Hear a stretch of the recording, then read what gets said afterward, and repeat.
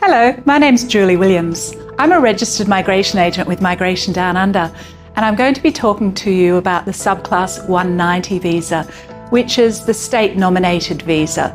The state-nominated visa is nominated through the different states and territories of Australia, and it's a points-based application similar to the Subclass 189.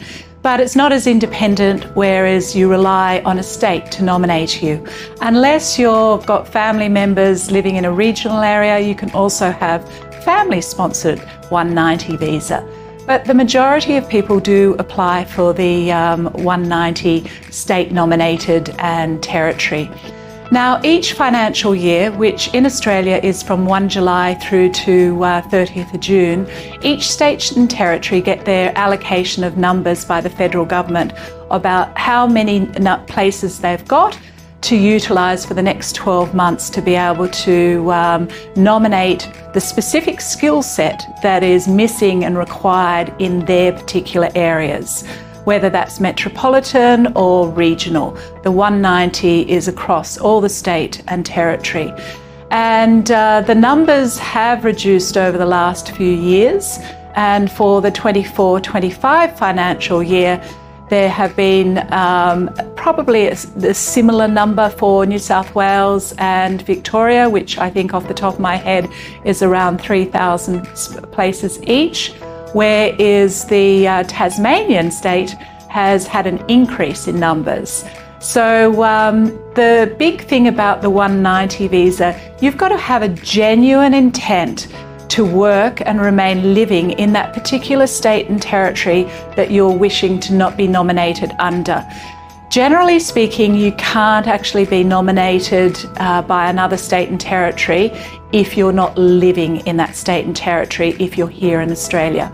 Whereas being overseas, there's a little bit more flexibility, although there's certain states do have requirements that if you previously lived in Australia, then you have to have been overseas for a minimum 6 months before that state or territory will consider sponsoring or nominating you if you didn't previously reside in that particular state.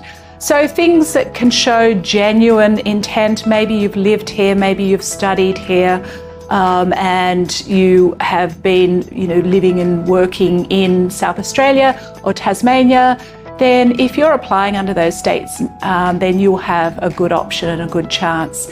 New South Wales is our biggest state, or New South Wales and probably Victoria. And so New South Wales and Victoria, there is huge competition. And you can't rely on getting an invitation for those state and territories because they have a reduced number and they also target a specific sector dependent on their needs of their state. And New South Wales, for example, hasn't actually released their new sort of 24-25 program. So we're unsure of the target sectors. Previously it was health, education, construction, very similar to the federal government's agenda as far as priority processing and priority skills. And the other states and territories have started opening. But again, most of the states and territories, if you're here in Australia, actually require you to be living there and working in that particular state and territory. You need to be able to make certain that you can find a job as well. It's not a requirement, but sometimes it is for each state and territory. And if you visit our website, we've got a lot more detail as to what that criteria is for each state and territory. Some require you to have worked there or lived there for a minimum 6 months. Some require you to have a job offer. Some require you to be already employed, because it's all about employability and your genuineness as far as working in that skilled occupation. Again, it's points-based. The higher the points you gain, the more competitive edge you will have. And with the states and nominated, the 190 is the same as the 189.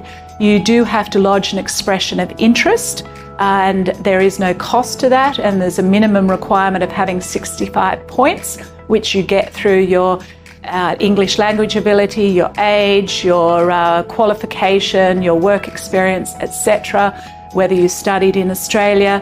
But again, 65 points is not necessarily going to get you an invitation. The higher the points will guarantee you, or not necessarily guarantee you, will put you in a better position to be able to secure that.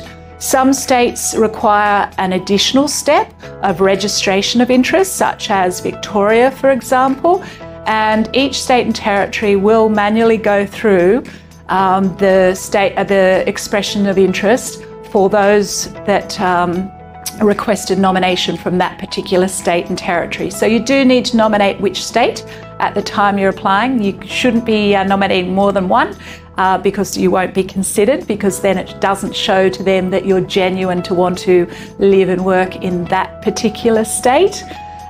So just be mindful of that. And again, it's really competitive. When I said there were 3,000 places in New South Wales and Victoria each, that's actually split with the 491 regional as well. So there's slightly less numbers for the 190. So a lot of competition.